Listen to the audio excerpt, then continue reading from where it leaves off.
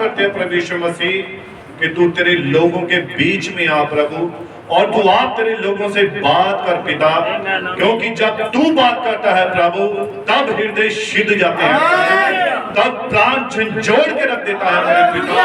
और सचमुच प्रभु यीशु मसीह तेरे लोग विश्वास करें कि तू उनसे बात कर रहा है पिता। दया कृपा कर, मदद कर, सहायता कर। प्रार्थना प्रभु यीशु मसीह के नाम से मांगते हैं, आमीन। Hallelujah, hallelujah. हाँ प्रभु आप सभी को बड़ी बरकत दे, बड़ी आशीष दे। आप सभी बैठ सकते हैं। हालेलुया। हम प्रभु की महिमा के लिए सभी ताली बजा सकते हैं, उसकी प्रशंसा के लिए, क्योंकि ये ताली बजाना हम ये विश्वास करते हैं कि प्रभु यीशु मसीह हमारे बीच में है। हालेलुया। और हम उसका क्या करते हैं? स्वागत करते हैं। हालेलुया। और आप जानते हैं कि आपकी चंगाई कैसे मिलती है, आप चंगे कैसे होते हैं? हालेलुया। कितने जानते इस बात को कि आप चंगे कैसे होते हैं? कोई बता सकता है? गॉड ब्लेस यू और गॉड ब्लेस यू। आज्ञाकारी से और विश्वास से। अब विश्वास किसका? पास्टर का या आपका? हमारा। आपका विश्वास, हमारा विश्वास है ना? आपका विश्वास आपकी चंगाई पर निर्धारित है। हालेलुया। और मैं आपको ये बताना चाहता हूं, किसी भी पास्टर में, किसी भी भविष्यद्वक्ता में या किसी भी व्यक्ति में कोई भी सामर्थ्य नहीं है कि वो किसी को चंगा कर सके। चंगा करने वाला वचन कहता है, बाइबल कहती है, वो आपका अपना विश्वास है। हालेलुया। क्या है? वो आपका अपना विश्वास है। और आप जानते हैं कि बाइबल में, खुदा के इस कलाम में, पवित्र वचन में लिखा है कि प्रभु यीशु मसीह ने जब वो सूरफेनी की स्त्री, जिसकी बेटी के अंदर क्या थी? दुष्ट आत्मा थी, और वो अपनी बेटी की चंगाई के लिए यीशु मसीह के पास आई थी। और जब उस यीशु मसीह ने कहा कि बालकों की रोटी लेकर कुत्तों के आगे डालना उचित नहीं, तो इस बात से क्या वो नाराज हुई? क्या इस बात से उसने गुस्सा किया? क्या वो वापस चली गई? लेकिन उसने क्या कहा? बाइबल कहती है, लेकिन बालकों के मेज से जो बच्चों की रोटी के टुकड़े गिरते हैं, उन चूर चार को खाकर वो कुत्ते अपना पेट भरते हैं। तो यीशु मसीह ने आगे पता क्या कहा? मैं कहता हूं इस आयत को आप थोड़ा पढ़ लीजिए, ताकि आप सभी को ये बात समझ आ जाए कि आपकी चंगाई कहां पर है। वो आपका अपना विश्वास है जो आपको चंगा करता है। आप निकालिए संत मत्ती की अंजील 15 अध्याय उसकी 28 आयत को पढ़िए। संत मत्ती की अंजील 15 अध्याय और उसकी 28 आयत को। इस पर यीशु ने उसको उत्तर दिया, हे स्त्री, तेरा विश्वास बड़ा है। और इस पर प्रभु यीशु मसीह ने उस औरत को क्या उत्तर दिया कि हे स्त्री, तेरा विश्वास क्या है? बड़ा है। बड़ा है। हाँ जी पढ़िए। जैसा तू चाहती है, जैसा तू चाहती है, तेरे लिए वैसा ही हो। तेरे लिए वैसा हो जाए, वैसा ही हो। यहाँ पर बात को प्रभु यीशु मसीह ने बड़ी गहराई से कहा है कि जैसा तेरा विश्वास है, तेरे लिए वैसा ही हो, वैसा ही हो। हालेलुया। और आगे वचन में लिखा है, उसकी बेटी उसी घड़ी चंगी हो गई। अब विश्वास किसका था? उस औरत का विश्वास था, और वो उस विश्वास को लेकर आई थी प्रभु यीशु मसीह के पास। तभी यीशु मसीह ने कहा कि तेरा विश्वास बड़ा है, छोटा नहीं है। आज हम छोटे छोटे विश्वास को लेकर अपनी बड़ी बड़ी बीमारियों को लेकर आ जाते हैं चंगे होने के लिए। और विश्वास क्या है? नाम मात्र, होता ही नहीं है। तो लेकिन यहाँ पर यीशु मसीह ने कहा, उस स्त्री का उसने देखा, कहां से आई वो? बहुत दूर से आई थी, वो नजदीक से नहीं आई। हजारों मील का रास्ता तय करके वो यीशु मसीह के पास पहुंची, क्योंकि उसके मन में यह विश्वास था कि अगर मैं यीशु के पास आऊंगी तो मेरी बेटी चंगी हो जाएगी। वो एक विश्वास को लेकर आई और यीशु मसीह ने देखा कि हे स्त्री, तेरा विश्वास क्या है, बड़ा है। तो इसी कारण उसकी बेटी कितनी दूर चंगी हो गई, हजारों मील दूर घर बैठी वो चंगी हो गई थी। एक और स्त्री देखते हैं बाइबल में, और जिसको 12 साल से लहू बहने का रोग था, और जब इसने अपने मन में ये विश्वास किया था, ये ठान लिया था कि जब तक मैं यीशु मसीह के पल्ले को छू ना लूंगी तब तक मैं चंगी नहीं होंगी। ये उसका अपना विश्वास था, ये किसी के कहने पर नहीं आई, ये उसका अपना विश्वास था। अगर मैं यीशु मसीह के पास जाऊंगी तो उसके पल्ले को छूंगी और मैं चंगी हो जाऊंगी। और लिखा है संत मरकुस की अंजील 5 इसकी 34 आयत पढ़िए। हाँ, संत मरकुस की अंजील 5 उसकी 34। उसने उससे कहा, पुत्री, तेरे विश्वास ने तुझे चंगा किया है। और उसने क्या कहा, हे पुत्री, तेरे विश्वास ने ही तुझे चंगा किया है। हाँ जी पढ़िए। कुशल से जा, कुशल से चली जा। हाँ जी। और अपनी इस बीमारी से बची रहे। और अपनी इस बीमारी से क्या रहे, बची रहे। अब यहाँ पर यीशु से ने ये तो नहीं कहा कि देख मैंने तुझे चंगा किया है, मैं तो परमेश्वर की ओर से भेजा हुआ एक जन हूं, और तूने जब मुझे छुआ तब तू चंगी हुई। यीशु मसीह ने क्या कहा कि बेटी, तेरे विश्वास ने ही तुझे तो चंगा करने वाला कौन है, वो आपका विश्वास है। और आज लोग क्या करते हैं, अपना विश्वास मनुष्य के ऊपर बिठा लेते हैं, पास्टर के ऊपर बिठा लेते हैं कि अगर पास्टर दुआ करेगा तभी हम चंगे होंगे। जरूरी है, दुआ पास्टर करेगा तो चंगे होंगे, लेकिन विश्वास किसका है, विश्वास आपका है। हालेलुया। इसीलिए संत मत्ती की अंजील 24 उसकी 24 में क्या लिखा है, इसको पढ़िए थोड़ा। संत मत्ती की अंजील 24 और उसकी 24 आयत को पढ़ेंगे। क्योंकि झूठे मसीह और झूठे भविष्यवक्ता उठ खड़े होंगे। अब बाइबल क्या कहती है कि बहुत सारे झूठे मसीह, बोला करें आप पीछे, बहुत सारे झूठे मसीह, यानी कि झूठे मसीह भी हैं। अगर सच्चे हैं तो झूठे भी हैं। बाइबल कह रही है कि बहुत सारे झूठे मसीह और झूठे भविष्यवक्ता और झूठे भविष्यवक्ता उठ खड़े होंगे। क्या हो जाएंगे, उठ खड़े होंगे। उठ खड़े होंगे। हाँ जी पढ़िए। और बड़े चिन्ह और अद्भुत काम दिखाएंगे। अब ये झूठे मसीह और झूठे भविष्यवक्ता क्या कर रहे हैं, ध्यान से सुनिए इस बाइबल को, क्या कहती है आपसे। हाँ जी पढ़िए इसको।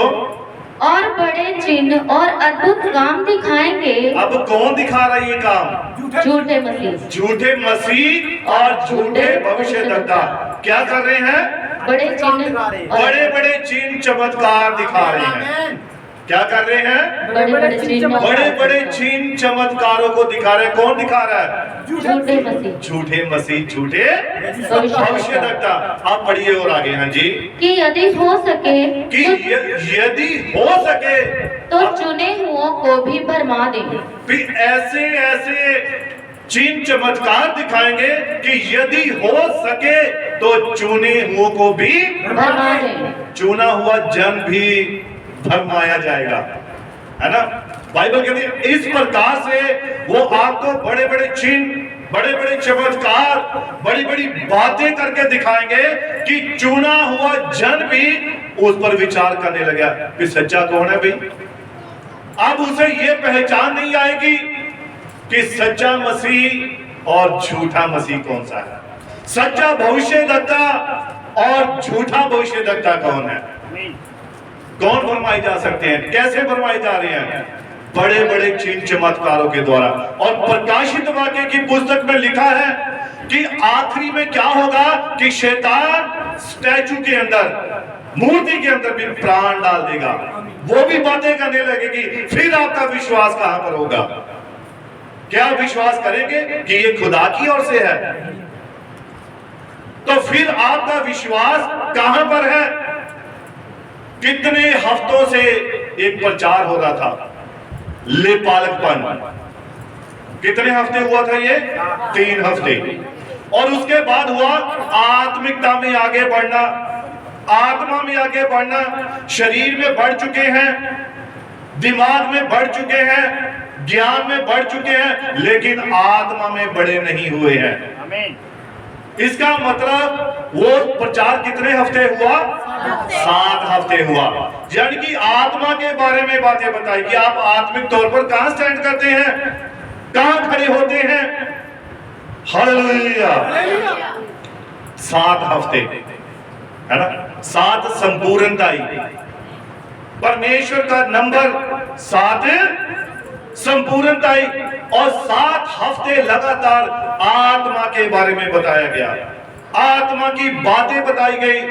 आपके 10 साल, 20 साल, 30 साल सब बेकार हो जाते हैं जब आप आत्मा में नहीं चलते हैं। Hallelujah, hallelujah. इसीलिए बाइबल कहती है कि अंत समय में क्या होगा? बहुत सारे झूठे मसीह, झूठे भविष्यद्वक्ता उठ खड़े होंगे और इतने बड़े बड़े चिन्ह चमत्कार दिखाएंगे, यदि हो सके तो चुने हुओं को भी भरमा दे। लेकिन बाइबल कहती है चुना जन कभी भरमाया नहीं जाएगा।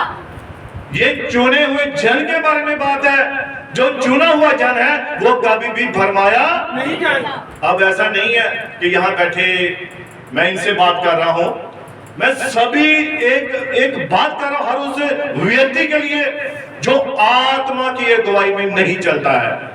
Hallelujah, hallelujah. हाँ, इसको थोड़ा और आगे पढ़िए। देखो मैंने पहले से तुमसे ये सब और कुछ यीशु कह मसीह दिया कह रहा है, और देखो ये बातें मैं तुमसे पहले ही कह चुका हूं। उसने पहले ही बता दी ये बातें। अब ध्यान किसने दिया? मेरी ओर देखिए सभी, ध्यान किसने दिया? यीशु मसीह ने तो आज से 2000 साल पहले ही ये बातें कह दी, कहता आ रहा है, करता आ रहा है और कर भी रहा है। हालेलुया। लेकिन इन बातों पर विश्वास किसने किया? ध्यान किसने दिया? चुने हुए जन ने। चुना हुआ जन कभी भरमाया नहीं जाएगा, चाहे उसको जितना मर्जी का लो। चल भाई वहां चिंताई मिल रही है, चल भाई वहां पर यीशु मसीह है, चल भाई वहां पर बहुत बड़े बड़े चिन्ह चमत्कार हो रहे हैं। चुना हुआ जन कभी भरमाया नहीं जाएगा। जो दुल्हन में है वो कभी भरमाए नहीं जाएंगे। हालेलुया। पढ़िए इसको आगे। इसीलिए यदि वे तुमसे कहें, इसीलिए यदि, ध्यान से सुनिए मेरी बात को, सभी का ध्यान मेरी तरफ हो। इसलिए यदि वह तुमसे कहें, आज देखो वह जंगल में है, देखो वो कहां पर है? जंगल में, जंगल में है।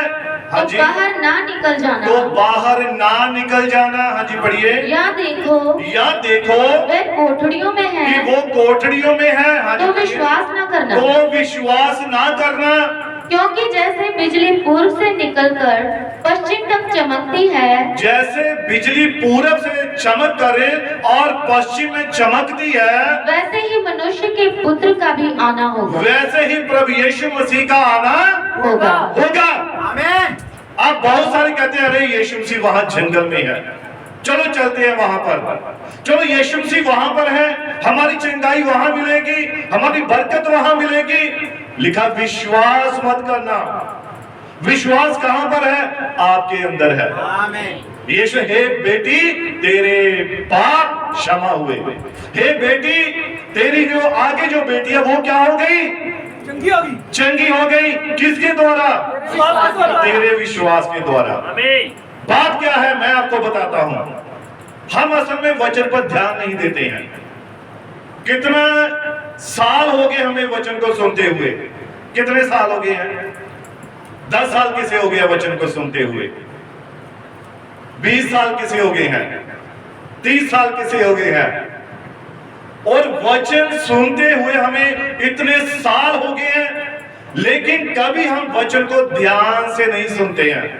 मन लगाकर नहीं सुनते हैं, इसीलिए बाइबल कहती है वचन उनके मन में बैठा ही नहीं।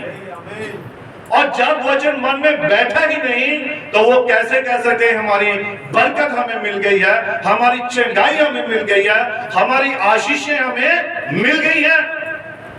लिखा मैंने विश्वास किया और मैं चंगा हो गया। बोला, मैंने विश्वास किया मैं बोला और मैंने विश्वास किया मैं चंगा हुआ। आमीन। हालेलुया। अब विश्वास किसने करना है?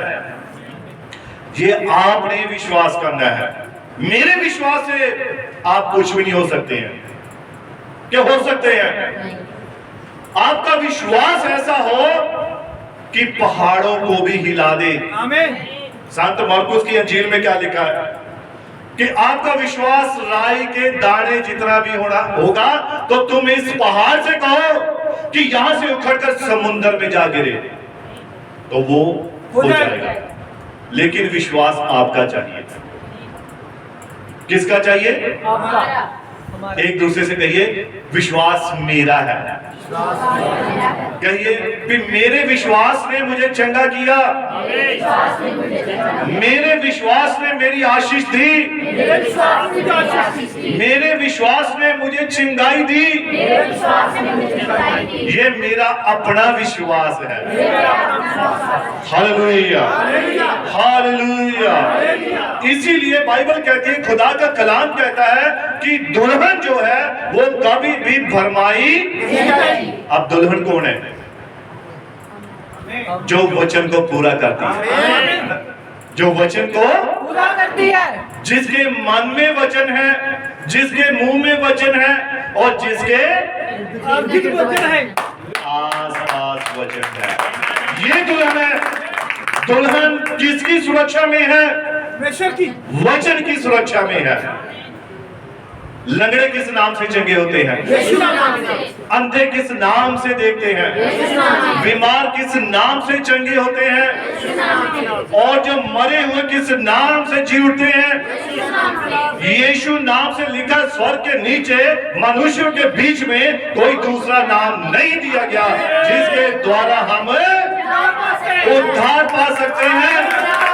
लेकिन इस नाम से बढ़कर एक और चीज है, वो खुदा का कलाम, खुदा का वचन। और यही वचन हमारी सुरक्षा है। Hallelujah, hallelujah. इसीलिए वचन ध्यान से सुनिए। वचन कैसे सुनना है? ध्यान से सुनना है, मन लगाकर सुनना है। ये पता कैसे होता है?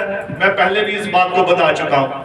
चिड़िया का घोंसला देखा, उसमें बच्चे देखे, उसके छोटे छोटे बच्चे, और वो बच्चे जब उनकी माँ भोजन लेकर आती है और वो क्या करते हैं, वो अपने लंबे लंबी चोंच मुंह बाहर निकाल लेते हैं, अपने शरीर से भी लंबी चोंच कर लेते हैं। मेरे पास शायद फोटो होगी, यहाँ पेड़ में घोंसला बना रखा था और मैंने उसकी फोटो खींची हुई है। और मैंने एक रोटी का टुकड़ा पकड़ा और उसको ऐसे हिलाया तो उन्होंने सोचा उनकी माँ आई है। तो उन्होंने सभी ने, जो 4-5 बच्चे थे, उन्होंने अपनी चोंच मुंह पूरे पूरे खोल लिए कि भोजन जो है मेरे मुंह में ही पड़े। और इसी प्रकार से नबी कहता है कलीसिया में विश्वासियों को होना चाहिए कि जब वचन आए तो अपने मुंह को खोल लीजिए, अपने हृदय को खोल लीजिए, अपने मनों को खोल लीजिए ताकि वचन सीधा मन की अंदर जाए। हालेलुया। ऐसे नहीं चुपचाप मुंह बंद करके बैठ गए, कोई नहीं मम्मी आएगी, मम्मी ठहर के खाना, मैं मोबाइल देख रहे हैं। ऐसे नहीं करना है। जब वचन आता है चौकन्ने हो जाइए, सतर्क हो जाइए। Hallelujah, hallelujah. तो प्रभु आप सभी को बड़ी बरकत दे, बड़ी आशीष दे। चंगा करने वाला आपका अपना विश्वास है, वो आपकी निष्ठा है जो आपको चंगा करती है। बाइबल ने साफ तौर से बता दिया है, कहीं बाहर नहीं जाने की जरूरत नहीं है। जिनके पास बाइबल नहीं है, आज भी संसार में, जगत में ऐसे लोग हैं जिनको वचन सुनने के लिए मिलता ही नहीं है। अभी तक बाइबल उनके पास पहुंची नहीं है, लेकिन वो तरसते हैं कि हमारे पास ये बाइबल हो, हमारे पास खुदा का कलाम हो, हमें सुनाने वाला कोई दास हो, आज भी लोग ढूंढते हैं। हालेलुया। आप उन लोगों से पूछिए जहां पर कभी उन्हें प्रभु बोझ नहीं ले पाए हैं, मुश्किलों के कारण, पहाड़ी इलाकों के कारण, बर्फीले इलाकों के कारण वो खुदा को वो महिमा नहीं दे पा रहे जो उनको देनी चाहिए।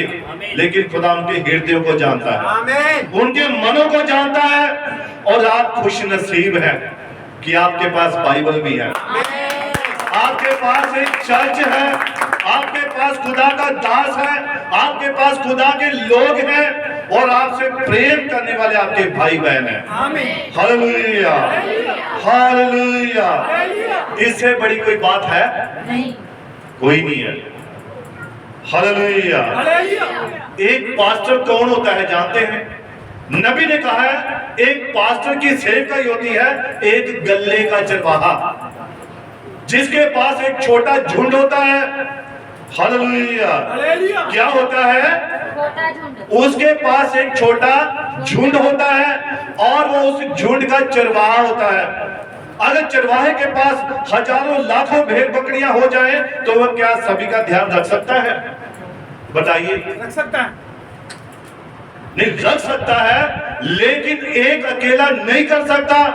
मूसा के बारे में देखिए, मूसा के पास 20 लाख लोगों का झुंड था, लेकिन उसके ससुर का नाम क्या था? यित्रो नबी, सॉरी यित्रो याजक था वो।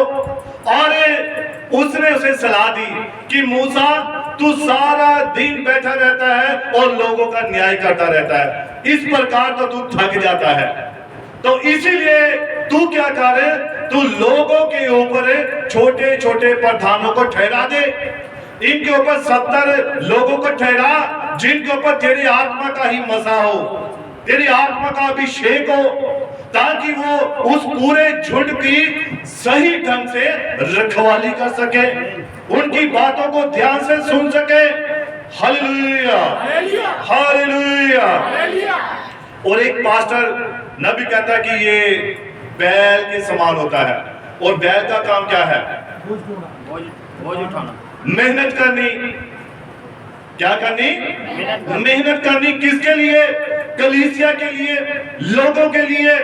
हालेलुया। और बाद में बलिदान होना, ये एक पास्टर की सेवकाई है। हालेलुया। तो इसीलिए आप खुश नसीब हैं कि आपके पास खुदा ने सब कुछ दिया है। हालेलुया। आप हाथ उठाकर खुदा का धन्यवाद कीजिए कि प्रभु ने मुझे सब कुछ दिया है। बोलिए, प्रभु ने मुझे सब कुछ दिया है। मैं आनंदित हूँ, मैं खुश हूँ। प्रभु मेरे जीवन में तेरा आनंद दे। Hallelujah, hallelujah. तो मैं अपने विषय पर आता हूँ। हालेलुया। अब मेरा विषय है संत मलाकी की अंजील में हमने पढ़ा है, और यहाँ लिखा है कि पुत्र पिता का और दास स्वामी का क्या करता है? आदर करता है। आदर करता है। और यदि मैं पिता हूँ तो मेरा आदर कहाँ है? और यदि मैं स्वामी हूँ तो मेरा भय मानना कहाँ है? Hallelujah, hallelujah, hallelujah. और यहाँ पर एक मैं छोटा विषय लेना चाहता हूँ। खुदा का डर कहाँ है? खुदा का भय आज कहाँ पर है? हालेलुया। और आज्ञा को पूरा करना ही आदर है। आज्ञा को पूरा करना ही आदर है। ये आदर है। जब आप खुदा के वचन को पूरा करते हो तो आप खुदा का आदर कर रहे होते हैं। बच्चे जब अपने माता पिता की आज्ञा को पूरा करते हैं तो अपने माता पिता का क्या कर रहे होते हैं? आदर कर रहे होते हैं। और अपने माता पिता का आदर करना, खुदा के जन का आदर करना, आप खुदा का ही आदर कर रहे होते हैं। Hallelujah, hallelujah. और लिखा है कि यदि मैं पिता हूं तो फिर मेरा आदर कहाँ है? और यदि मैं स्वामी हूं तो मेरा भय मानना कहाँ है? और आगे यशायाह की पुस्तक 1 उसकी 2-3 में लिखा है, और यहोवा परमेश्वर किसे कह रहा है? स्वर्ग से। वो स्वर्ग से क्यों कह रहा है? क्योंकि स्वर्ग उसके हाथों की रचना है, सृष्टि है, कारीगरी है। हालेलुया। और स्वर्ग उसके वचन के अनुसार आज तक अटल है। पेड़ पौधे परमेश्वर के वचन में आज तक बने हुए हैं। पृथ्वी जो है खुदा के वचन में आज तक बनी हुई है। सूर्य जो है वो खुदा के वचन को पूरा कर रहा है। चंद्रमा तारे खुदा के वचन को पूरा कर रहे हैं। इसलिए यहोवा परमेश्वर किसको कह रहा है? हे स्वर्ग सुन। वो लोगों से नहीं कह रहा है हे लोगों सुनो। लोगों को तो वो सुना रहा है, लोगों को तो वो कह रहा है। और यहाँ पर यशायाह की पुस्तक में हे स्वर्ग सुन और हे पृथ्वी कान लगा। कान लगा। और वो क्या कर रहा है? ध्यान से पढ़िए जी। क्योंकि यहोवा कहता है, क्योंकि यहोवा कहता है, मैंने बाल बच्चों का पालन पोषण किया। अब यहोवा कह रहा है, किसे कह रहा है? स्वर्ग से, पृथ्वी से। उनसे क्यों बातें कर रहा है? अब गिला कर रहा है उनसे। क्योंकि वो उसके वचन में, आज्ञाकारी में आज तक बने हुए हैं। और हमारे युग के नबी ने कहा है अगर पृथ्वी, ये धरती अगर 1 इंच भी अपनी जगह से हिल जाए तो सब कुछ गड़बड़ हो जाएगा। लेकिन पृथ्वी खुदा के वचन के अनुसार अटल है। सूर्य अटल है, आकाश अटल है, हर चीज खुदा की व्यवस्था में है। लेकिन खुदा की व्यवस्था से बाहर कौन है? मनुष्य है, जिनको व्यवस्था दी गई थी। उत्पत्ति की पुस्तक में आदम के बाद में सभी को आशीष दी गई, बढ़ो फूलो बढ़ो, है ना। पेड़ पौधों को क्या कहा गया था? हर एक पेड़ अपने बीज के अनुसार फल उत्पन्न करे। और सेब का पेड़ आज तक फल ही, सेब ही दे रहा है। आम का पेड़ आज तक आम ही दे रहा है। कोई भी देखिए गेहूं का बीज है, वो आगे गेहूं को ही पैदा कर रहा है। लेकिन खुदा ने मनुष्य को कहा तो मनुष्य खुदा की आज्ञा से क्या हो गए? ये खुदा का निरादर है। और जब खुदा का निरादर किया, उसकी अनाज्ञाकारी की, तो लिखा वो मर गए। आदम और हवा मर गए थे, आत्मिक तौर पर मर गए थे। वो शारीरिक तौर पर जिंदा थे, लेकिन जो खुदा का उनके ऊपर अनुग्रह था, खुदा की जो कृपा थी, वो हट गई थी। हालेलुया। पहला जो आदम था, आप जानते कि आदम जो पहला था वो किस रूप में बनाया गया था? परमेश्वर के सब रूप में। पहला आदम जो था वो नर और नारी, ये दोनों आत्मिक तौर पर बनाए गए थे। लेकिन दूसरी बार जब इन्हें खुदा ने बनाया तो ये जमीन की मिट्टी में से बनाए गए थे। हालेलुया। शारीरिक आदम और हवा बनाए गए थे। हालेलुया। तो पिछली बार मैंने बताया था हवा कहां से आई थी? आदम के बीच से। कहां से आई थी? आदम की पसली में से, है ना। तो इसीलिए कहते हैं औरत को मार इसकी वकी में, जब औरत कहना नहीं मानती है ना। कई बार ऐसी बात होती है घरों में, तो कहते हैं यहाँ पर नहीं जा मार। यीशु मसीह के जो भाला मारा गया था, कहाँ मारा गया था? पसली में। क्योंकि शैतान जानता था दुल्हन कहां से निकली है? पसली में से। Hallelujah, hallelujah. लेकिन जो अब दुल्हन है वो किसके द्वारा तैयार हो रही है?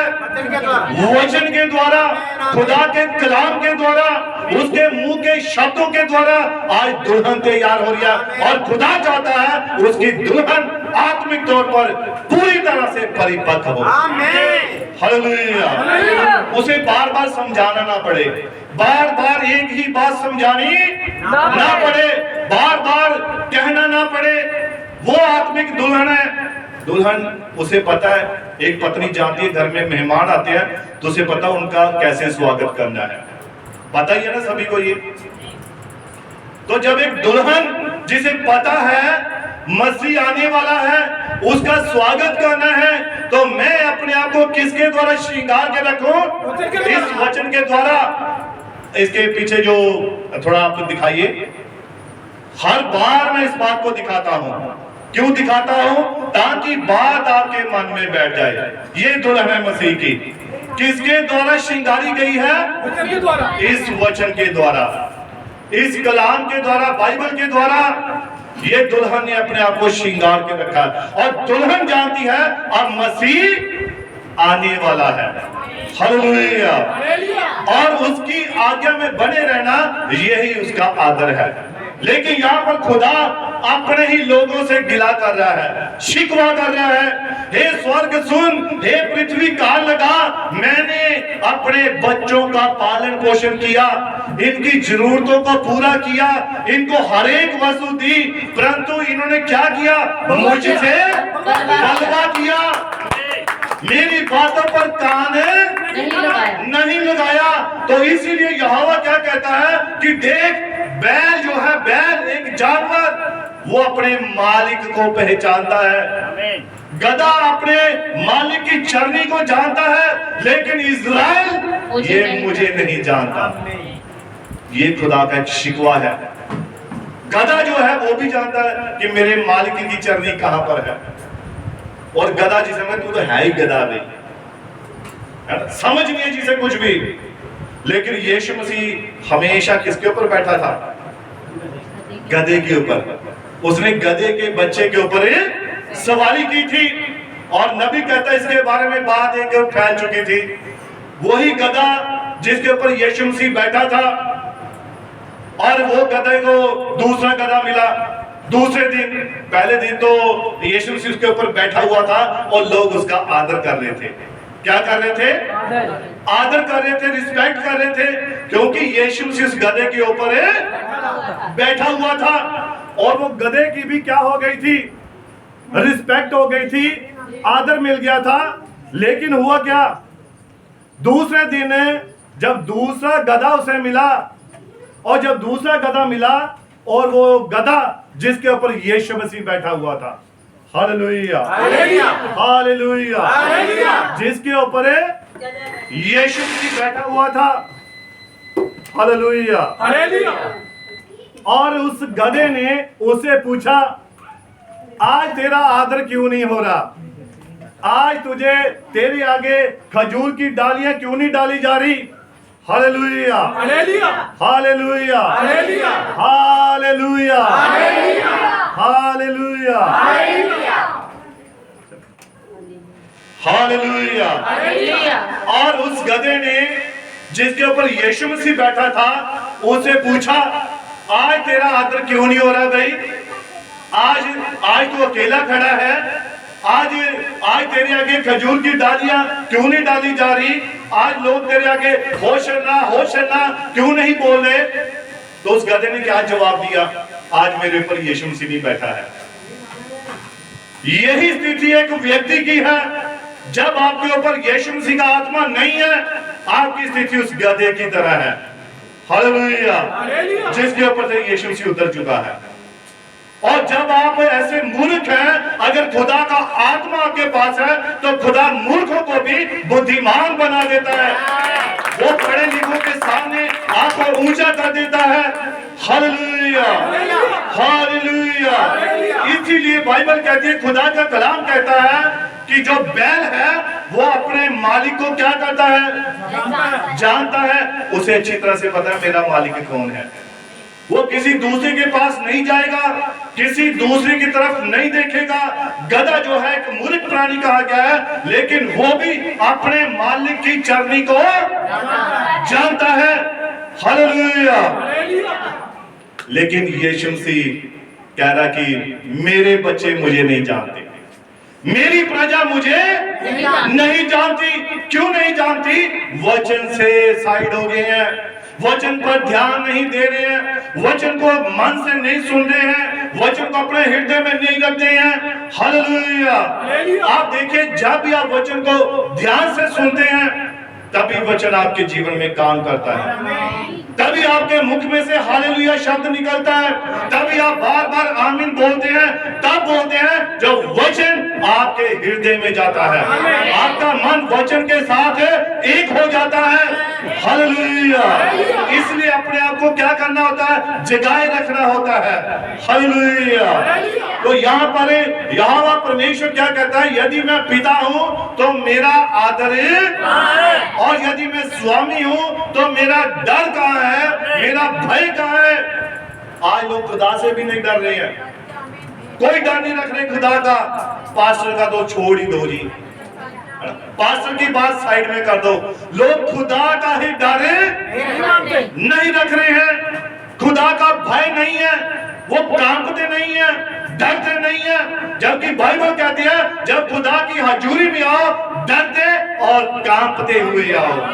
आप खुदा के बारे में बात करें, वचन को, बाइबल को भी अगर हाथ लगाए तो आपके हृदय में एक डर हो, एक भय हो कि ये खुदा का पवित्र कलाम है, ये उसके मुख में से निकले हुए पवित्र शब्द हैं। आज बाइबल की भी इज्जत नहीं हो रही है। आप जानते हैं आज बाइबल की भी इज्जत नहीं हो रही है। बाइबल से ही बेंच साफ करके बैठ जाते हैं। बहुत सारे लोग क्या करते हैं, इसी से टेबल साफ कर लेते हैं, वो इसको झाड़ू बना बैठे हैं। हालेलुया, झाड़ू है ये अंदर साफ करता है। मैं कहा झाड़ू है ये, आमेन आमेन। ये मन को साफ करता है, ये आपके जीवन को साफ करता है। आप देखिए संत लूका की इंजील 15 अध्याय, उस पे वहां लिखा 8 आयत में, एक और जिसका सिक्का गुम गया था, उसके पास क्या था, एक मोमबत्ती थी, रोशनी थी, दिया था, और दूसरे हाथ में क्या था, झाड़ू था। झाड़ू क्या कर रहा था, साथ में सफाई कर रहा था, घर की सफाई कर रहा था। आज हमारे पास खुदा का कलाम होना चाहिए, हमारे मन में होना चाहिए, ताकि हमारे मन में जो गंदगी भरी हुई है, जो मलिनता भरी हुई है, ये झाड़ू रूपी वचन क्या करे, पूरी तरह से साफ कर दे। Hallelujah, hallelujah. तो इसीलिए बाइबल कहती है, खुदा का कलाम कहता है कि हमारे पास, अगर बाइबल में देखें, खुदा के वचन के अनुसार देखें, तो यीशु मसीह कहता है यदि मैं पिता हूं तो फिर मेरा आदर है। अब पिता कितनी है, कितने जानते हैं इस बात को, कितने पिता हैं? सभी बोलेंगे कोई बात नहीं, मैं कितने हैं, लेकिन बाइबल कहती है 3 पिता हैं, है ना? नहीं है, नहीं है, 3 पिता है। अब मैं आपको बताता हूं किस प्रकार से 3 पिता का।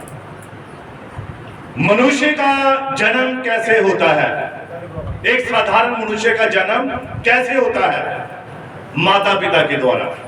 ये शारीरिक माता पिता है। कौन से हैं ये, शारीरिक माता पिता। अब एक दूसरा पिता है जिसे यीशु मसीह ने संत यूहन्ना की अंजील में कहा है कि तुम अपने पिता शैतान की ओर से हो। किसकी ओर से हो? अब कितने पिता हो गए? 2 हो गए ना। अब तीसरा पिता कौन है? तीसरा परम पिता है। परम, हम एक जबूर गाते हैं, परम पिता की हम स्तुति गाएं, वो ही है जो बचाता हमें। ये परम पिता है, असली पिता। लेकिन ये किसका पिता है? ये हमारे प्राण का पिता है, क्योंकि यहोवा परमेश्वर कहता है हर एक प्राण जो है वो मेरा है। हालेलुया। अब शैतान जो है ये हमारा पिता कैसे है? ये आपकी आत्मा को अपने अधिकार में ले लेता है तो पिता बन जाता है। जैसे कि यशायाह की पुस्तक में खुदा ने कहा है, तुम मेरे शरीक ना बनाओ, अपनी महिमा में किसी दूसरे को नहीं देता हूं। हालेलुया। अब देखिए शैतान हमारे आत्मा का पिता बन जाता है और हमारी आत्मा को चलाना शुरू कर देता है। Hallelujah, hallelujah. इस प्रकार से कितने पिता हो गए? 3 पिता हो गए। और जो पृथ्वी वाला पिता है, ये माता पिता क्या कभी सदा रहते हैं? नहीं रहते हैं। अब ये शैतान है, ये तो पिता नहीं है लेकिन पिता बन बैठा है। क्या बन बैठा है? पिता नहीं है लेकिन पिता बन बैठा है। और ये आपको, आपके आत्मा को पकड़ लेता है और आपको चलाना शुरू करता है। Hallelujah, hallelujah. लेकिन हमारा जो परम पिता है वो प्रभु यीशु मसीह है, वो हमारे प्राण का पिता है। Hallelujah, hallelujah. कितने समझे मेरी बात को? अब ये डिसाइड करना है कि हमारा पिता कौन है ना? और देखिए, संसारिक माता पिता नहीं रहते हैं। यीशु मसीह ने इसीलिए संत यूहन्ना की अंजील 14 अध्याय में उसने कहा है, मैं तुम्हें अनाथ ना छोड़ूंगा। अब यीशु मसीह ने ऐसा क्यों कहा कि मैं तुम्हें अनाथ ना छोड़ूंगा? अब इसी में यीशु मसीह कहता है, जब उसके चेले उसके सामने थे, 14 अध्याय में ही संत यूहन्ना की अंजील, कि थोमा ने कहा, यीशु मसीह ने कहा कि राज, सच्चाई और जीवन मैं हूँ। तो उसने कहा, अगर ऐसी बात है तो तू हमें पिता को दिखा, हम पिता को देखना चाहते हैं। तो यीशु मसीह ने क्या कहा कि मैं इतने दिनों से तुम्हारे साथ हूं, क्या तुमने अभी तक मुझे नहीं जाना? और पिता मुझ में होकर अपने कामों को करता है। आमीन, आमीन। मैं पिता में और पिता मुझ में है, और नहीं तो मेरे कामों ही के कारण विश्वास करो। हालेलुया। और यीशु मसीह ने इसीलिए ये बात कही कि मैं तुम्हें अनाथ नहीं छोड़ूंगा, क्योंकि उसे पता संसार के माता पिता एक दिन चले जाएंगे, वो सदा नहीं रहेंगे। और शैतान के वश से छुड़ाने वाला प्रभु यीशु मसीह का कलाम, उसका वचन है। हालेलुया। और जब वो हमें छुड़ा लेता है तो असल पिता वो हमारा होता है। तभी यीशु से कहा, स्वर्गीय पिता मैं हूं। Hallelujah, hallelujah. अब देखिए, यीशु मसीह संत यूहन्ना की अंजील 8 उसकी 38 आयत को हम पढ़ेंगे। संत यूहन्ना की अंजील 8 उसकी 38। मैं वही कहता हूँ, मैं वही कहता हूँ जो अपने पिता के यहाँ देखा है, जो अपने पिता के यहाँ देखा है। जी पढ़िए। और तुम वही करते रहते हो, और तुम वही करते रहते हो जो तुमने अपने पिता से सुना है, जो तुमने अपने पिता से सुना है। Hallelujah, hallelujah. आज शैतान जो है ना, वो एक झूठा पिता बन चुका है, और वो हमें गलत शिक्षा देता है, गलत तरफ लेकर जाता है। Hallelujah, hallelujah, hallelujah. और हालेलुया। इसकी 41 आयत पढ़ेंगे। तुम अपने पिता के समान काम करते हो, तुम अपने पिता के समान काम करते हो। उन्होंने उससे कहा, और उन्होंने उससे कहा, हम व्यभिचार से नहीं जन्मे, कि हम व्यभिचार से नहीं जन्मे। हाँ जी पढ़िए। हमारा एक पिता है, हमारा एक पिता है, अर्थात परमेश्वर, अर्थात परमेश्वर। हाँ जी पढ़िए। यीशु ने उनसे कहा, और अब यीशु मसीह ने उसका वहम दूर किया। यहाँ पर यीशु मसीह का वहम दूर कर रहा है। हाँ जी पढ़िए। यीशु ने उनसे कहा, यीशु ने उनसे कहा, यदि परमेश्वर तुम्हारा पिता होता, यदि परमेश्वर तुम्हारा पिता होता, तो तुम मुझसे प्रेम रखते, क्योंकि पिता मुझ में होकर अपने कामों को करता है। Hallelujah, hallelujah, hallelujah. हालेलुया। हाँ जी पढ़िए इसको और आगे थोड़ा। क्योंकि मैं परमेश्वर की ओर से आया हूँ, क्योंकि मैं परमेश्वर की ओर से आया हूँ, मैं आपसे नहीं आया, हाँ जी पढ़िए, परंतु उसी ने मुझे भेजा। हाँ जी पढ़िए। तुम मेरी बात क्यों नहीं समझते? तुम मेरी बात क्यों नहीं समझते? अब यीशु मसीह ने बार बार समझाता था, उन्हें कहता था, चेतावनी देता था, तुम मेरी बात क्यों नहीं समझते? अब जिन लोगों को वचन समझ नहीं आता है, यानी कि जो समझते हैं पर मानते नहीं, जो जान लेते हैं पर चलते नहीं, ये किसकी संतान है? यीशु मसीह यहाँ पर उस भेद को प्रकट कर रहा है। जी पढ़िए। इसीलिए कि तुम मेरा वचन सुन नहीं सकते, इसीलिए कि तुम मेरा वचन सुन नहीं सकते, तुम अपने पिता शैतान से हो, तुम अपने पिता शैतान से हो। जी पढ़िए। और अपने पिता की लालसाओं को पूरा करना चाहते हो। और अपने पिता की लालसाओं को क्या करते हो? पूरा करना चाहते हो। अब शैतान की लालसाएं क्या है? चर्च से छुट्टी मारनी, चर्च में नहीं आना, भाई बहनों के विरोध में बातें करनी, एक दूसरे को नीचा दिखाना, एक दूसरे के बारे में बातें करनी, ये सब किसकी लालसाएं हैं? शैतान की लालसाएं हैं। मैं भाई चोपड़ा से बात कर रहा था, अभी अंदर बैठे थे तो वचन की बात कर रहा था, तो मैं भाई को बता रहा था कि अब दुल्हन का रैप्चर जो है बिल्कुल नजदीक है, उठाया जाना बिल्कुल नजदीक है। और आज जितना हमें पवित्रता के साथ वचन में होकर जीवन गुजारने की जरूरत है, ये समय बहुत थोड़ा रह गया है, बहुत थोड़ा समय रह गया।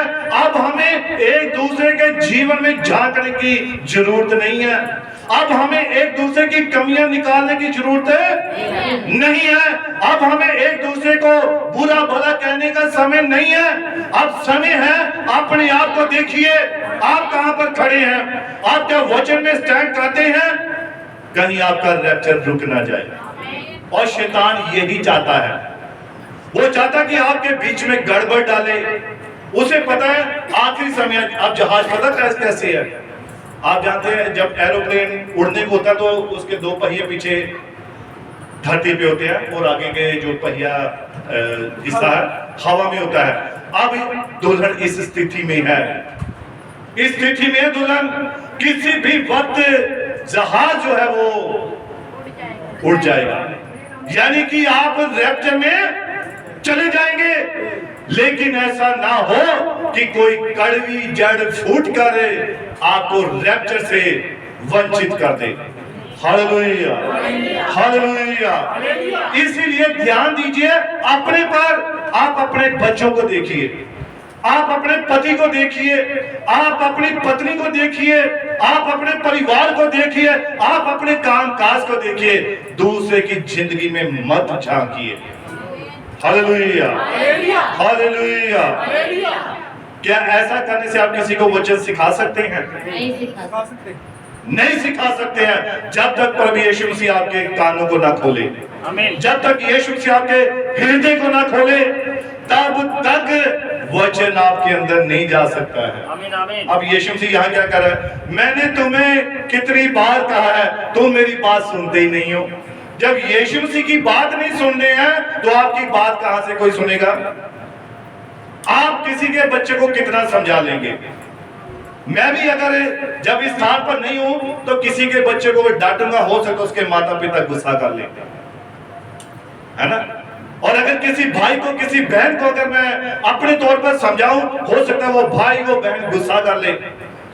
लेकिन जब वचन की बात आती है, कलाम की बात आती है, फिर कोई भी बहाना नहीं है, फिर कोई भी यहाँ पर आपके लिए ऑप्शन नहीं है, आपको वो बात पूरी करनी ही पड़ेगी। हालेलुया। आपको खुदा के कलाम का आदर करना ही पड़ेगा। हालेलुया। मेरी बात समझ आ रही है? किसी को नींद आ रही है? नहीं आ रही ना? तो एक बार जोर से हालेलुया बोलना है। Hallelujah, hallelujah, hallelujah. प्रभु आपको बरकत दे, आशीष दे। और जब आप ऐसा बोलते हैं तो मुझे लगता है कि दूत आपके साथ जय जयकार कर रहे हैं। हालेलुया। क्योंकि भजन संहिता में लिखा है, राजा की ललकार इस तंबू में है, इस छावनी में है, और राजा की ललकार तो सुनाई देनी चाहिए। हालेलुया। उस महान दूत की आवाज तो सुनाई देनी चाहिए। Hallelujah, hallelujah. तो सभी बोल दो आमीन, तो सभी बोल दो हालेलुया। और यदि मैं पिता हूं तो मेरा आदर, यदि मैं स्वामी हूं तो मेरा भय मानना। हालेलुया। इसलिए खुदा जवाब कर रहा है, आपको पूछ रहा है कि बताओ, अगर मैं पिता हूं फिर मेरा आदर कहां है? मेरा हुक्म क्यों नहीं मानते? मेरी आज्ञा को पूरा क्यों नहीं करते? मेरा भय कहां है? मेरा डर कहां है? गधा भी अपने मालिक की चरनी को जानता है, बैल अपने मालिक को पहचानता है, परंतु इज़राइल मुझे नहीं जानता। आज खुदा शिकवा कर रहा है, गिला कर रहा है। हालेलुया। और बाइबल कहती है हमारा एक ही पिता है, आत्मिक पिता, वो है परम पिता परमेश्वर प्रभु यीशु मसीह है। एक ही पिता है। और इसको थोड़ा देखिए, बाइबल में संत मत्ती की अंजील 23 उसकी 9 और 10 आयत पढ़ेंगे। संत मत्ती की अंजील 23 अध्याय 9 और 10 आयत को पढ़ेंगे। पृथ्वी पर किसी को अपना पिता ना कहना। अब बाइबल कहती है कि पृथ्वी के ऊपर है, धरती के ऊपर है, तुम किसी को भी अपना पिता ना कहना। लेकिन आज क्या कह रहे हैं? डैडी, मम्मी, पापा, है ना, ये सब बातें हो रही है। और बाइबल कह रही है कि पृथ्वी पर, धरती पर तुम किसी को भी अपना पिता ना कहना। ना कहना। जी पढ़िए। क्योंकि तुम्हारा एक ही पिता है। क्योंकि तुम्हारा एक ही पिता। एक ही पिता है। इस बात पर जोर दिया गया है। इस आयत को ध्यान से सुनिए, क्या लिखा है? क्योंकि तुम्हारा एक ही पिता है। कितने पिता हैं? एक ही पिता। एक ही पिता है। हालेलुया। हालेलुया। आज पढ़िए। जो स्वर्ग में है। जो कहां पर है? स्वर्ग में है। स्वर्ग में है। हाँ जी पढ़िए। और स्वामी भी ना कहलाना। और स्वामी भी ना कहलाना। क्योंकि तुम्हारा एक ही स्वामी क्योंकि है। तुम्हारा एक ही स्वामी है, अर्थात मसीह। अर्थात कौन है? मसीह। मसीह है। अब पौलुस यहाँ पर पता क्या कहता है? कहता है सुसमाचार के अनुसार मैं तुम्हारा पिता ठहरा। लेकिन उसने कहा कि मुझे पापा कहो, मुझे डैडी कहो। बोलता आत्मिक पिता मैं हूं। यहां लिखिए, पहला कुरिन्थियां 4 उसकी 15 पढ़िए। पहला कुरिन्थियां 4 अध्याय उसकी 15 आयत। क्योंकि यदि मसीह में तुम्हारे सिखाने वाले 10,000 भी होते। अब पौलुस कहता है यदि मसीह में तुम्हारे सिखाने वाले 10,000 भी होते तो भी तुम्हारे पिता बहुत से नहीं। तो भी तुम्हारे पिता बहुत से नहीं। अब बहुत सारे पास्टर कईयों ने बदले होंगे, बहुत सारी जगहों पर गए होंगे, बहुत सारे आप स्थानों पर गए होंगे, तो इसका ये मतलब कि आप वो सभी आपके पिता बन गए। हो सकता है नबी कहता है, बाइबल कहती है, खुदा का कलाम कहता है और संत पौलुस कह रहा है यदि मसीह में तुम्हारे सिखाने वाले 10,000 भी होते तो भी तुम्हारे पिता बहुत से नहीं, इसलिए कि मसीह यीशु में सुसमाचार के द्वारा मैं तुम्हारा पिता हूं। आमीन। तो हमने तो कभी पौलुस को अपना डैडी नहीं कहा, कि कहा नहीं। हमारा एक ही पिता है, प्रभु यीशु मसीह, स्वर्गीय पिता, परम पिता, एक ही पिता है। आज वही पिता कह रहा है मेरा आदर कहाँ है, मेरा भय मानना कहाँ है, मेरे पुत्र मुझे नहीं जानते, मेरी प्रजा मेरा ध्यान नहीं करती है। Hallelujah, hallelujah. अब बात यह है कि हम अपने पिता का आदर कैसे करें। कैसे कर सकते हैं आप अपने पिता का आदर? आप अपने स्वामी का आदर कैसे करते हैं? आज्ञाकारी करके, आज्ञाकारी को कर पूरा करके, उसके हुक्मों को मानकर आप परमेश्वर की क्या करते हैं? आज्ञा, उसका आदर करते हैं, रिस्पेक्ट करते हैं। और आज खुदा किसके बीच में होकर आदर चाहता है? अपने लोगों के बीच में, अपने सेवक के बीच में, अपने दासों के बीच में। और वो कहता आप इनके मुख से क्या सुनो? व्यवस्था सुनो। याजक के होठ क्या करे? आपको व्यवस्था सिखाई, आपको व्यवस्था बताए, आपको वचन बताए, और उस वचन पर आपको मन लगाना है, कान लगाना है, उस वचन के अनुसार आपको चलना होता है। हालेलुया। हम दुआ करते हैं कि प्रभु आज तेरा पवित्र आत्मा हमसे बात करे। कितने ऐसी दुआ करते हैं? और जब पवित्र आत्मा बात करता है तो फिर क्या होता है? गुलाम नाते हैं। फिर हम कहते हैं आज सारा प्रचार पास्टर जी ने मेरे ऊपर थोप दिया, आज सारी बातें मुझे ही सुना दी, आज एक एक बात मेरे दिल को चुभ गई, आज वो बैठा हुआ। अब ऐसा क्यों होता है? आप जानते हैं ऐसा क्यों होता है? जब प्रचार होता है तो प्रचार जब आपको चुभता है, आपको लगता है, तो ऐसा क्यों महसूस होता है? आप इसका कारण जानते हैं? उसका कारण मैं आपको बताता हूं। उसका कारण है नमक। क्या है? नमक। नमक इसका कारण है। बाइबल कहती है, खुदा का कलाम कहता है संत मत्ती के इंजील 13 अध्याय में जब हम देखते हैं, तुम पृथ्वी के नमक हो। और नमक का काम क्या होता है? स्वाद बताना। स्वाद को बढ़ाना, प्यास को बढ़ाना। आप जब ज्यादा नमक खा लेते हैं फिर आपको प्यास लगती है। ये वचन नमक के समान है। जब आप नमक इसको वचन को लेते हैं आपकी प्यास बढ़नी चाहिए। और वचन आए और वचन आए और वचन को सुने और वचन को ग्रहण करे और वचन के साथ जीवन को गुजारे। ये नमक आपके अंदर होना चाहिए। इसलिए बाइबल कहता है कि तुम पृथ्वी के नमक हो। लेकिन यदि नमक का स्वाद बिगड़ जाए तो फिर वो दोबारा किसी वस्तु से नमकीन नहीं किया जाए। नहीं किया जा सकता है। अब नमक के काम क्या है? नमक का एक और भी काम है, जलन पैदा करना। क्या पैदा करना? जलन पैदा करना। सभी बोलेंगे क्या पैदा करना? जलन पैदा करना। अब ये जलन कैसे पैदा करता है? हम कहते हैं पास्टर जी आज आपने प्रचार तो अच्छा किया लेकिन सारा प्रचार आपने ना मेरे ऊपर कर दिया। ऐसा क्यों? इसीलिए कि हमारे जीवन में कहीं ना कहीं कोई कमी है, हमारे जीवन में कहीं ना कोई गलती है, हमारे जीवन में हम कहीं ना कहीं वचन में पिछड़े हुए हैं। और जब वचन बोला जाता है, वचन प्रचार किया जाता है तो वो हमारी कमियों को उजागर करता है। आमीन। वो हमारी कमियों को हमारे ऊपर प्रकट करता है। अब जहां पर जख्म होता है वहां पर नमक क्या होता है? चढ़ता है, लगता है। अब जहां पर कमी होगी, जहां पर कोई कमी या परेशानी होगी, जख्म होगा, जब वचन प्रचार किया जाएगा तो वो वचन वहां जाकर लगेगा। मास्टर जी आज बड़ा वचन लग गया, बड़ी दर्द हुई, है ना? जहां पर जख्म था वहां पर लगेगा। इसीलिए ये वचन क्या है? ये वचन आपका सुधार करता है। ये वचन आपके जीवन को तंदुरुस्ती देता है। ये वचन आपके अंदर से सारी कमी खटियों को निकाल बाहर करता है। ये सिर्फ एक ही काम है, वचन का काम है। हालेलुया। इसीलिए खुदा आदर चाहता है, रिस्पेक्ट चाहता है। और किसके द्वारा? वो अपने दासों के द्वारा, अपने सेवकों के द्वारा, अपने चुने हुए चरवाहों के द्वारा। हालेलुया।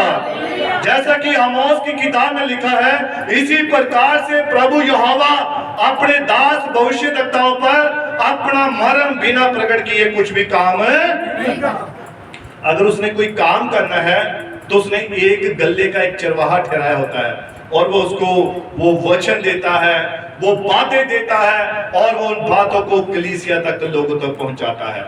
Hallelujah, hallelujah. और आगे संत मत्ती की अंजील 10 उसकी 40 में लिखा है, जो तुम्हें ग्रहण करता है, यीशु मसीह कहता है वो मुझे ग्रहण करता है, और जो मुझे ग्रहण करता है वो मेरे भेजने वाले को ग्रहण करता है। हालेलुया। और जैसा कि संत मत्ती 10 उसकी 20 में लिखा है, क्योंकि बोलने वाले तुम नहीं, तुम्हारे पिता का आत्मा बोलता है।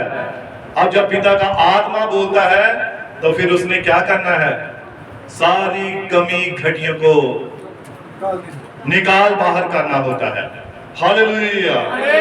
और भजन संहिता 105 उसकी 15 में लिखा है, मेरे अभिषिक्तों को मत छुओ और ना मेरे नबियों की हानि करो।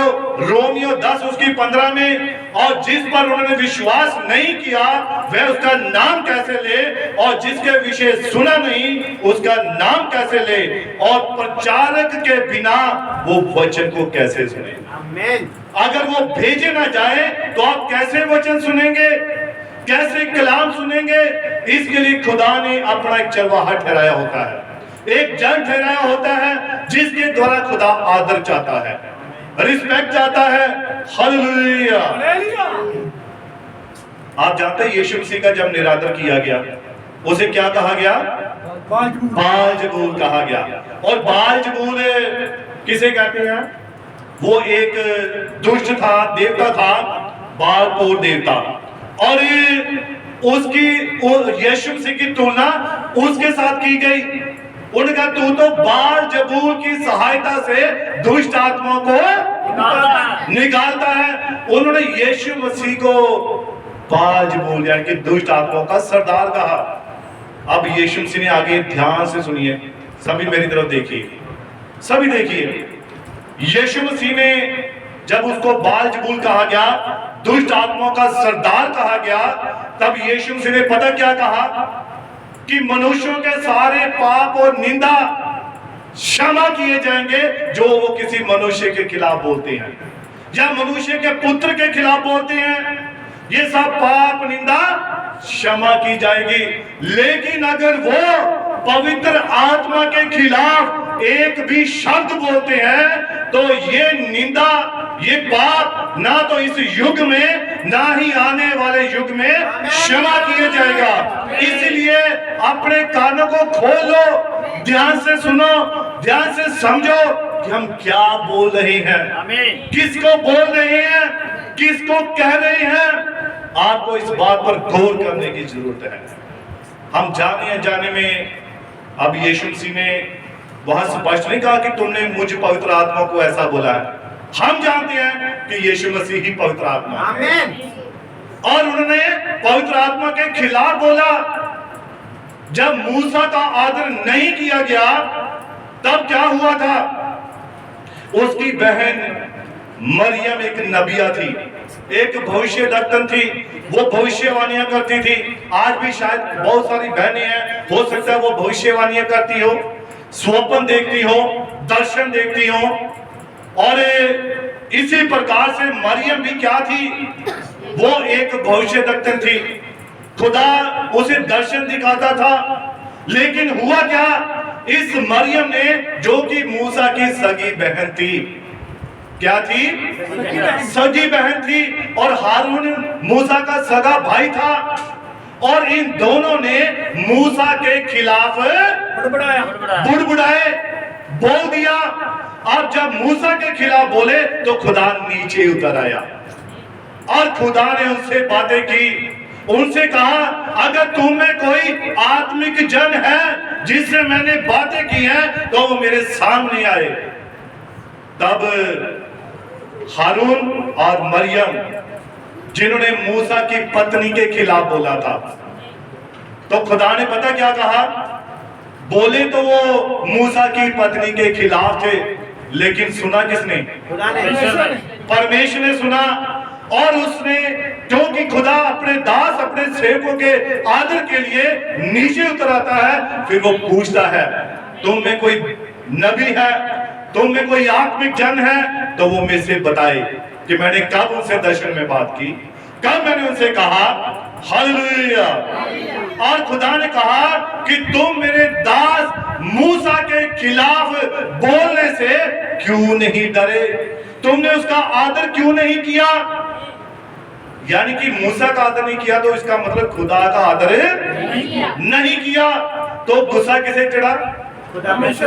मूसा को तो नहीं चढ़ा। मूसा तो फिर भी अपनी बहन के लिए प्रार्थना कर रहा था, प्रभु क्षमा कर दे, मेरी बहन है, वो नबिया है, वो तेरी दुहाई देती है, तेरे आगे दुआ करती है, प्रार्थना करती है। और नबी कहता है खुदा ने उसे माफ कर दिया क्योंकि उसे कोढ़ हो गया था।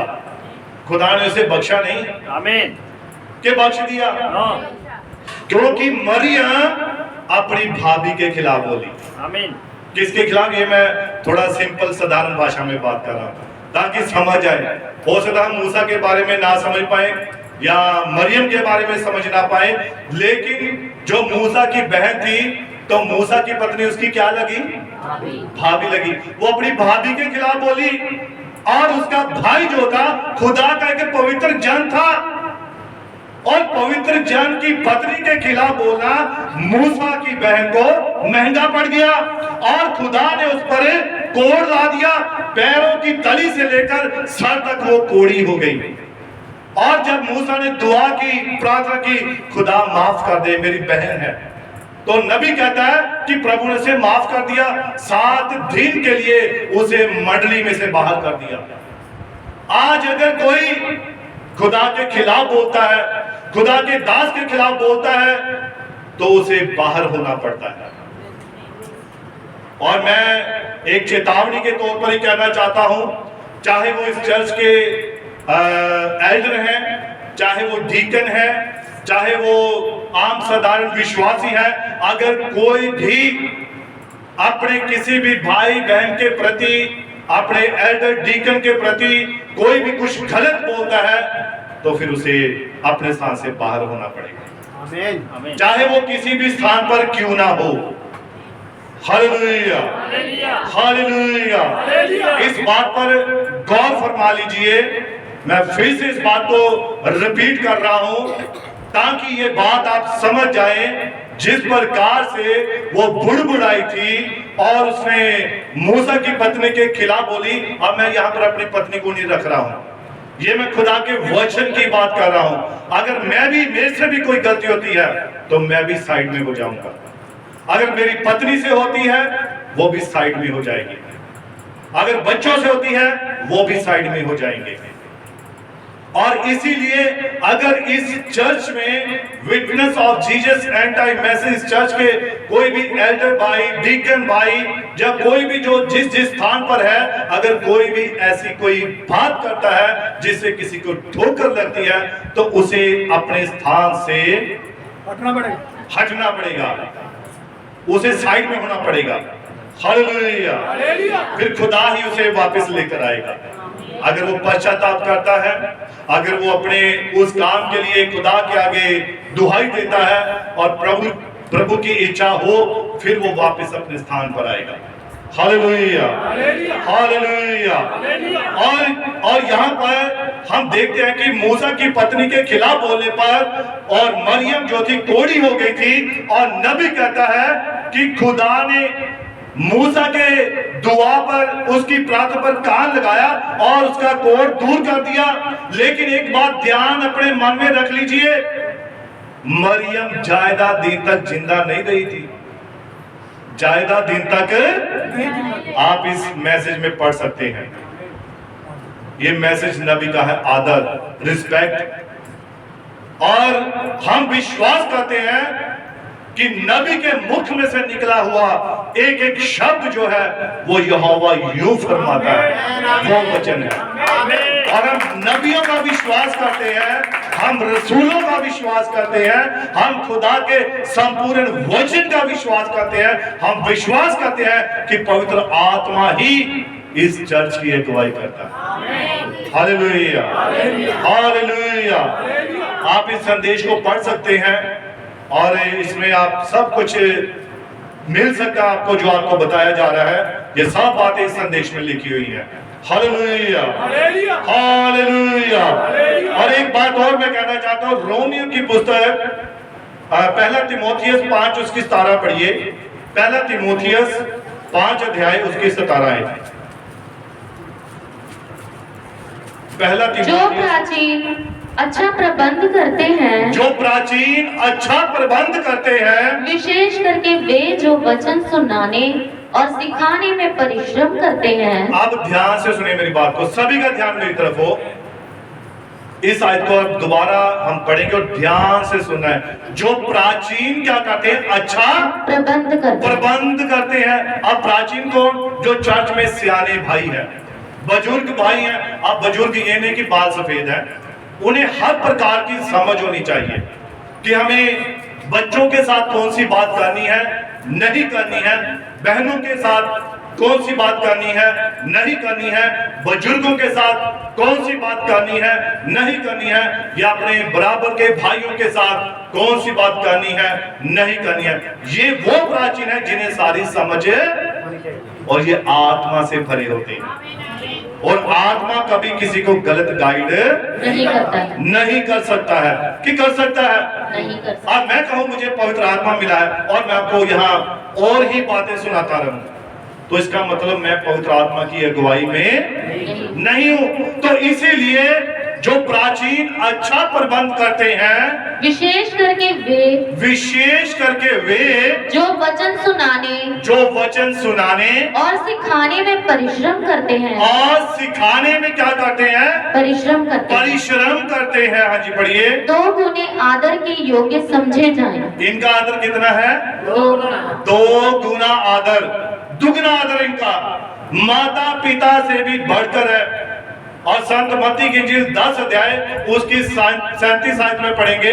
इसको थोड़ा पढ़िए, मैं बताना चाहता हूं ताकि हर बात जो है वो क्लियर हो जाए। संत मत्ती की इंजील 10 अध्याय। जो माता या पिता को मुझसे अधिक प्रिय जानता है। अब ये बात कौन कह रहा है? कौन कह रहा है ये बात? यीशु मसीह कह रहा है कि जो माता या पिता को मुझसे अधिक प्रिय जानता है वह मेरे योग्य नहीं, वह मेरे योग्य नहीं है। हाँ जी पढ़िए। और जो बेटा या बेटी को मुझसे अधिक प्रिय जानता है, और जो अपने पुत्र या पुत्री को, बेटे या बेटी को मुझसे अधिक प्रिय जानता है वह मेरे योग्य नहीं, वह मेरे योग्य नहीं। हाँ जी पढ़िए।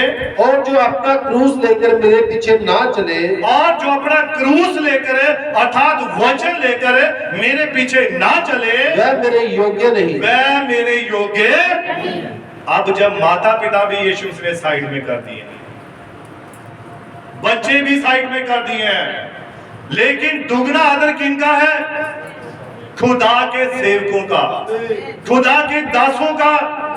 और खुदा यही बात चाहता है, अगर मैं पिता हूं तो मेरा आदर, अगर मैं स्वामी हूं तो मेरा भय मानना कहां है? हाँ जी पढ़िए इसको आगे। जो अपने प्राण को बचाता है। नहीं उसको पढ़ेंगे अभी हम।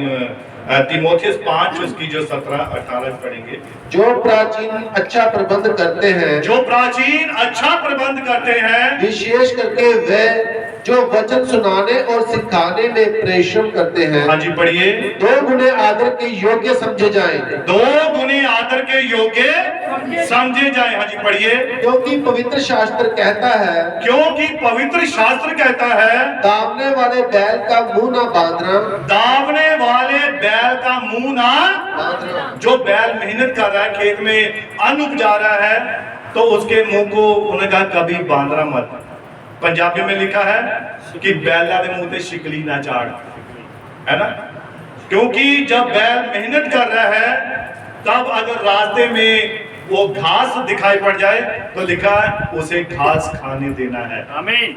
उसे वो वस्तु खाने देनी है। किसान, आपने देखा होगा जब किसान हल जोतता है तो जो बैलों के मुंह पर उसने कभी शिकली नहीं लगाई होती है, बांधा नहीं होता है। और बैल अगर रास्ते में कोई घास आ जाए या कोई पौधा आ जाए उसे खाने के लिए अगर मुंह बढ़ाता है तो किसान उसे नहीं रोकता है, क्योंकि उस वक्त बैल मेहनत कर रहा है। आमीन। क्या कर रहा है? मेहनत कर रहा है। हाँ जी पढ़िए आगे। क्योंकि मजदूर अपनी मजदूरी का हकदार है। क्योंकि मजदूर अपनी मजदूरी का हकदार है। हाँ जी पढ़िए। कोई दोष किसी प्राचीन पर लगाया जाए। अब ध्यान से सुनिए मेरी बात को, यहाँ खास आदर की बात आ रही है। यहाँ तक मैं इस आयत को पढ़ने के बाद मैं समाप्त करूंगा, लेकिन एक एक वचन आपके हृदय में जाना चाहिए। अब यहाँ क्या लिखा है, दोबारा पढ़िए भाई जी। कोई दोष किसी प्राचीन पर लगाया जाए। कोई दोष, ध्यान से सुनिए, कोई दोष किसी प्राचीन पर लगाया जाए तो बिना 2 या 3 गवाहों के उसको ना सुने। तो बिना 2 गवाहों के उस दोष को ना सुने। अब ऐसा नहीं है कि कोई एल्डर, कोई डीकन, कोई पास्टर, कोई ऐसी उनके बात आपने देख लिया तो आपने कलीसिया में बुड़बुड़ाना शुरू कर दिया, अरे फलाने भाई ने ऐसा किया, फलाने भाई ने ऐसा किया। बाइबल क्या कह रही है? अगर कोई दोष किसी प्राचीन में आपको नजर आता है तो आप 2 गवाहों के बगैर उस बात को किसी से ना कहें। जब तक आपको 2 गवाह ना मिल जाए तब तक उस बात का प्रचार ना करें, किसी से बात ना करें। अगर कोई गिला है, अगर कोई शिकवा है, जैसा कि हमारे युग के नबी ने कहा है, आप उस भाई के घर में जाएं, वहां बैठकर उस बात का निपटारा करें। कलीसिया में बुड़बुड़ाना नहीं है, कलीसिया में ढिंढोरी नहीं पीटनी है कि फलाना भाई ऐसा है, फलानी बहन ऐसी है, वरना आप क्या करते हैं, पवित्र आत्मा के खिलाफ होते हैं। अब यहाँ पर अगर किसी को भी मसा किया गया है तो ये खुदा की प्रेरणा से मसा किया गया है, ये पवित्र आत्मा की प्रेरणा से मसा किया गया है। तो किसी भी भाई के खिलाफ, किसी के भी प्रति अगर आपको कोई बात नजर आती है तो जल्दी से बुड़बुड़ाना नहीं है। हालेलुया। कोई भी दोष किसी प्राचीन के खिलाफ आपको लगता है, नजर आता है, तो पहले 2 गवाह के साथ होने चाहिए। वो भी कहे हाँ मैंने ये बात ऐसे ही सुनी है, हाँ मैंने भी ऐसे ही देखा है, तब आप उस बात को बोले। वरना आप ये अपराध ना तो इस युग में ना आने वाले युग में क्षमा होगा। आमीन आमीन। अब आप ध्यान से सुन लीजिए, अगर ऐसी बात है तो हमें कितना संभल कर अपने मुंह को खोलना चाहिए। मैं बहुत बार एक बात बताता हूं, चर्च में एक बहन थी, उसने कहा पास्टर जी मैं अब चर्च नहीं आऊंगी। क्यों नहीं आएगी? चर्च में मैं देखती हूँ बहुत सारे भाई बहन आपस में बातें करते हैं, एक दूसरे की बातें करते हैं, ये है वो है ऐसे है, अब मैं छोड़ दूंगी चर्च, मैं नहीं आऊंगी, घर में बैठ जाना है। वैसे भी लोगों के पास ये एक हथियार है बड़ा, पास मैं चर्च नहीं आऊंगा। और पंजाबी में कहावत ना डिगा किथों खोते तो गुस्सा। और अरे उस मालिक का क्या कसूर है भाई, गलती कहां पर है ना? देख हम कहां रहे हैं, कर हम खुद रहे हैं, लेकिन पासे मैं नहीं चर्च जाना, मम्मी मैं नहीं चर्च जाना, डैडी मैं नहीं चर्च जाना। ये बड़ा एक जबरदस्त हथियार मिल चुका है। और जब आप अपनी इन बातों को बोलते हैं तो शैतान पकड़ता है। यही तो वो चाहता है कि ये बोले तो सही, मैं पूरा करूंगा। शैतान भी पूरा करता है, वो आपकी लालसाओं को, अपनी लालसाओं को आपके अंदर से पूरा करवाता है। ये शैतान की एक लालसा ही है, मैं चर्च नहीं जाना। लास्ट हथियार, जबरदस्त हथियार है ये। और शैतान फिर बस एक छुट्टी हुई, वो आज में चल कोई गल नहीं, जब नहीं गए तो उसे की फर्क पै गया। वहां कौन सा फर्क पड़ा? यीशु मसीह को आपके आने ना आने से फर्क नहीं पड़ता है, उसे फर्क तब पड़ता है जब आप वचन को नहीं मानते हैं, तब फर्क पड़ता है उसे। जब वचन आपके अंदर दिखाई नहीं देता तब उसे फर्क पड़ता है। वरना एलिया नबी ने भी कह दिया था, प्रभु तेरा एक ही मैं भविष्यद्वक्ता बच गया हूं, सारे भविष्यद्वक्ता इजबल ने मरवा दिए, मैं ही बचाऊं। अब देख ले प्रभु मैं अकेला, खुश हो रहा है, या हो सकता है प्रभु को मन में मैं ही अकेला बचा, मैं ही अकेला बचा। तो प्रभु शांत रहे, वो 7000 मैंने रखे हुए हैं, वो पहले से मैंने चुने हुए हैं। खुदा को किसी चीज की कमी नहीं है, वो तो पत्थरों से भी अपने लिए संतान को पैदा करने की सामर्थ्य रखता है। तो इसीलिए खुदा से कोई गिला शिकवा नहीं होना चाहिए, चर्च के साथ कोई गिला शिकवा नहीं होना चाहिए। आप अपने उन कामों से गिला शिकवा कीजिए, ए दुष्ट काम तू मुझ पर क्यों हैवी हो रहा है, तू मुझे चर्च जाने से क्यों रोक रहा है, चल भाग जा मेरे से। आप उसके साथ लड़िए, उसे बोलिए, शैतान को डांटिए, ये अधिकार खुदा ने आपको दिया है। हालेलुया। अपने इस अधिकार का इस्तेमाल कीजिए। जब ऐसी बात आती है आप शैतान को डांटिए, ए शैतान तू मुझे नहीं रोक सकता, जब हवा नहीं रोक सकती, तूफान नहीं रोक सकता, ये तलवार नहीं रोक सकती, ये बम नहीं रोक सकता, तो तू मुझे, तो कौन मुझे मसीह के प्रेम से अलग कर सकता है? कर सकता है। जो सच्चा प्रेम करते हैं ना, उनके आगे ना कोई तलवार, ना कोई बम, ना कोई उनके आगे तूफान, ना बारिश, कुछ नहीं टिकता है। जो मसीह से सच्चा प्रेम करते हैं वो आकर दिखाते, चाहे पूरी तरह भीगे ही क्यों ना हो, प्रभु देख मैं तेरी उपस्थिति में आ चुका हूं, प्रभु मैंने अपने वायदे को पूरा किया है। आप आकर घुटनों के बल खुदा को बताइए, प्रभु देख मैं अपने बच्चों के समेत आया हूं, मैं अपने परिवार को लेकर आया हूं, देख प्रभु मैंने तेरे वायदे को, वचन को पूरा किया। आप खुदा को बताइए, फिर खुदा भी है, मेरे बेटे मेरी बेटी, मैं जानता हूं तूने मेरे वचन को आदर दिया है, तूने मुझे रिस्पेक्ट दी है, और खुदा आपको बरकत देगा, खुदा आपको आशीष देगा। तो यहाँ पर मैं आपको बताना चाहता हूँ, बस ये लास्ट आयत पहले भी मैंने बोला था और इसी आयत को मैं खत्म करने जा रहा हूँ। हाँ जी पढ़िए। पाप करने वालों को सबके सामने समझा दे। उसी आयत को भाई पढ़ेंगे हम, प्राचीनों के जो दोष वाली है। जो प्राचीन अच्छा प्रबंध करते हैं, हाँ जी, विशेष करके वे जो वचन सुनाने और सिखाने में परिश्रम करते हैं, हाँ जी, 2 गुणे आदर के योग्य समझे जाएं। हाँ जी, पढ़िए। क्योंकि पवित्र शास्त्र कहता है, हाँ जी, दावने वाले बैल का मुंह न बांधना, पढ़िए। क्योंकि मजदूर अपनी मजदूरी का हकदार है। हाँ जी, पढ़िए। कोई दोष किसी प्राचीन पर लगाया जाए। अब एक बात ध्यान से सुनिए, अब ये नहीं है कि पास्टर पर, एल्डर पर, डीकन पर, साउंड वाले पर, गीत गाने वाले पर, भोजन बनाने वाले पर, या कलीसिया में कोई भी दोष लगाने वाला हो सकता है।